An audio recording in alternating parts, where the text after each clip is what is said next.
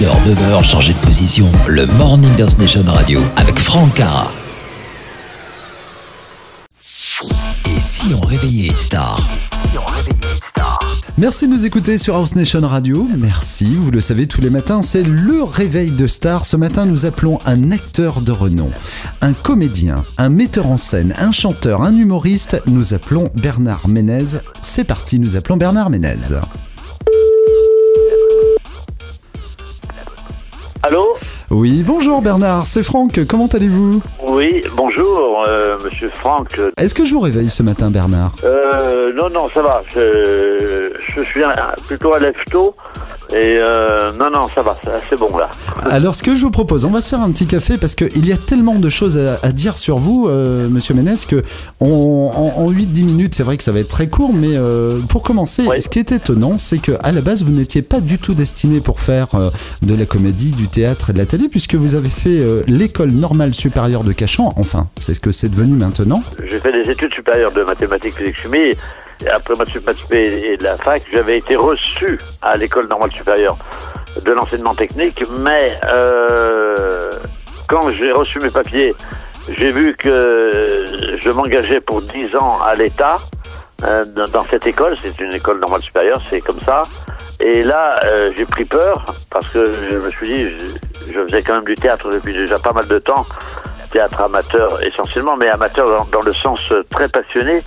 Et j'ai donc aussitôt démissionné de l'école. D'accord. J'ai résilié mon sursis d'études et je suis parti de ma propre volonté faire mon service militaire pour m'en débarrasser. Donc vous quittez l'enseignement et là vous enchaînez succès sur succès entre pièces de théâtre, cinéma, la télé.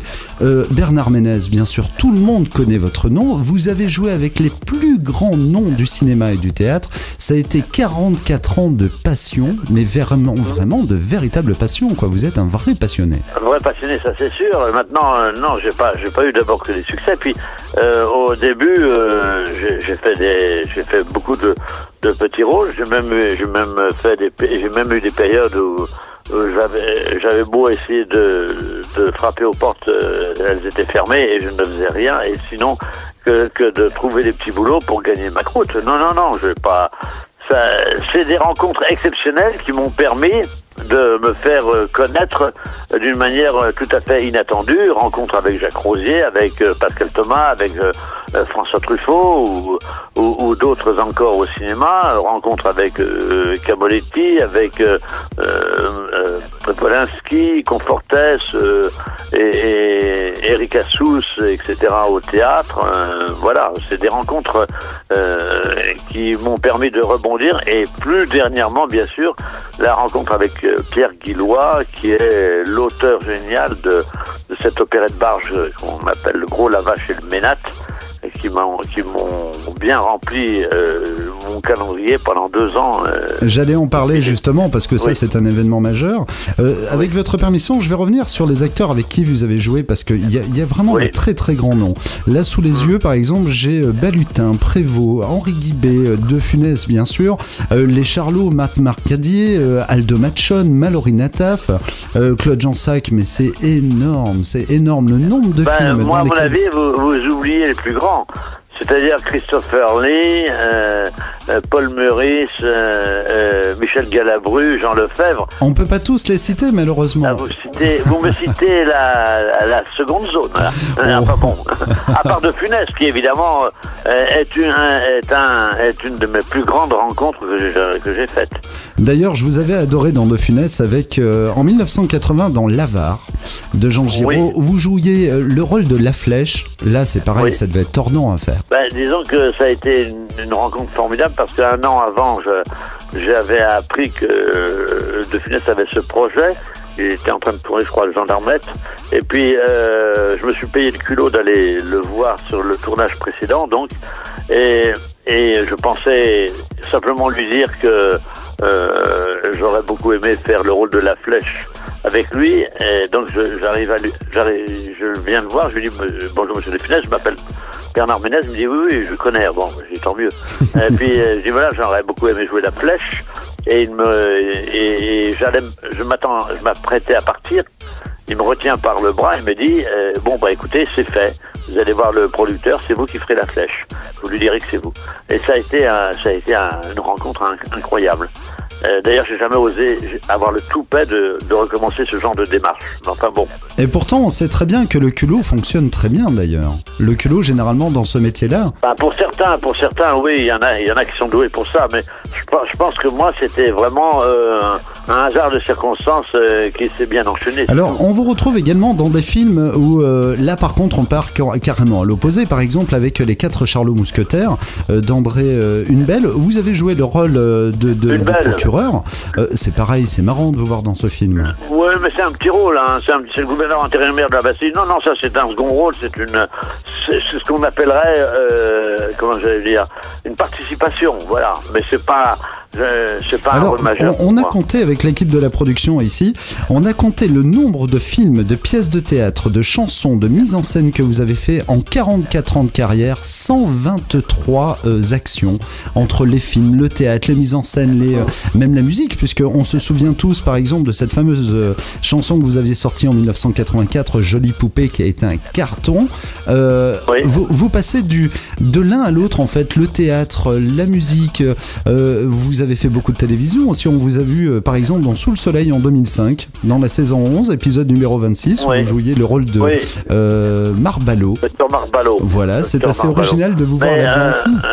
Vous savez, je suis avant tout un acteur de théâtre au départ, puisque j'ai fait beaucoup de théâtre amateur avant le service militaire, puis après j'ai suivi des cours, après j'ai commencé du théâtre professionnel, et le cinéma je pensais jamais en faire, jusqu'au jour où j'ai rencontré Jacques Rosier, qui m'a fait tourner un premier film, qui a entraîné Pascal Thomas, m'a engagé pour son film à lui, François Truffaut ensuite Georges Lautner, ensuite Robert Lamoureux, etc.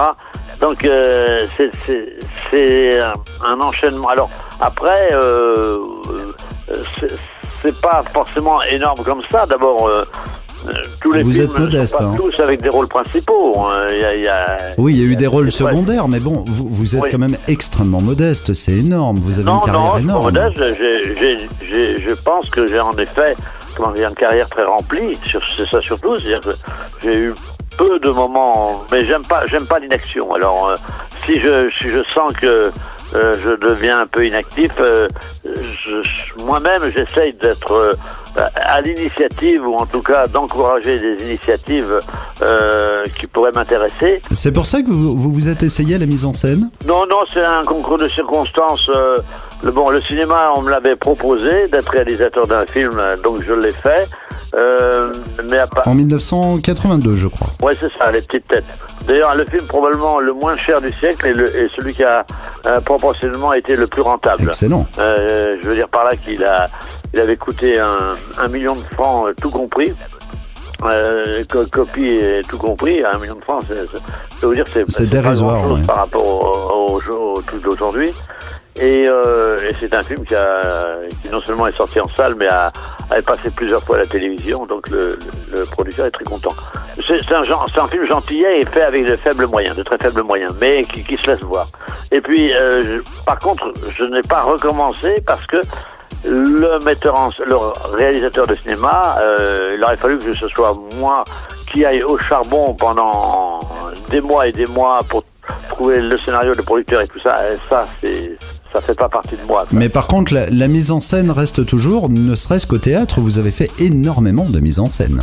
Oui, mais j'ai surtout repris, quand je reprenais des pièces dans lesquelles je jouais, et si je n'étais pas trop d'accord avec le metteur en scène initial, je lui faisais savoir, et puis s'il n'était pas d'accord avec moi, je reprenais la mise en scène quand il y avait une deuxième tournée, un deuxième théâtre, un troisième théâtre, parce que j'ai fait pas mal de pièces où j'ai joué dans plusieurs théâtres parisiens et plusieurs tournées en province. Et là, justement, on parle de tournée. La dernière qui a énormément marché, c'est un carton d'ailleurs qui a été salué par toutes les critiques. C'est Le Gros, la Vache et le Ménat. Alors ça, c'est un succès énorme. Ça, disons que ça a été, on l'a créé au Théâtre du Peuple à Bussan dans les Vosges, un théâtre incroyable qui est dans la forêt des Vosges, 800 places. Et on l'a créé en été 2010. Ensuite, on a fait des scènes nationales pendant 1 an et demi. Une première tournée, puis une deuxième tournée, puis le rond-point à Paris, puis le circuit privé avec le Comédia pendant 3 mois en octobre, novembre, décembre. Voilà, janvier. Vous avez prévu de la reprendre après ou pas? Pour le moment, non, parce que c'est assez lourd, c'est assez lourd et il faut un concours de circonstances favorables entre le producteur, le théâtre libre et suffisamment grand et suffisamment participant. C'est lourd comme spectacle. Alors pour le moment, il a eu sa première vie en tout cas. J'en profite pour faire un petit clin d'œil à votre site internet qui s'appelle bernardmenez.net sur lequel on peut retrouver toutes ces informations, les images. C'est énorme en tout cas ce que l'on peut retrouver sur votre site parce que d'une part votre carrière est quasiment retracée dessus par le biais de votre bio qui est juste fantastique. Voilà, la bio est vraiment intégrale. C'est un ami qui me fait ce site internet. On essaie de le tenir à jour. Je crois qu'aujourd'hui, il manque un film, le dernier film que je viens de finir avec Guillaume Braque, qui s'appelle Tonnerre et qui doit pas être dessus. Mais vous avez une énergie débordante, Monsieur Ménez. Ça a été un vrai plaisir de vous avoir ce matin. Un grand merci en tout cas pour ce réveil de star. J'espère qu'on aura l'occasion d'en refaire un autre à l'occasion éventuellement de la sortie de ce film. Oui, à l'automne, j'ai aussi une pièce de théâtre à venir qui Occupe-toi d'Amélie sur Paris. Et puis j'ai normalement un album de chansons prévu aussi à cette époque-là. Donc voilà. Eh bien écoutez, notez que les portes de la matinale vous sont grandes ouvertes. Un grand merci Monsieur Bernard Ménez. Et j'espère vous avoir très bientôt sur House Nation Radio. À très bientôt Monsieur Ménez. Merci, au revoir. Franck Cara sur House Nation Radio.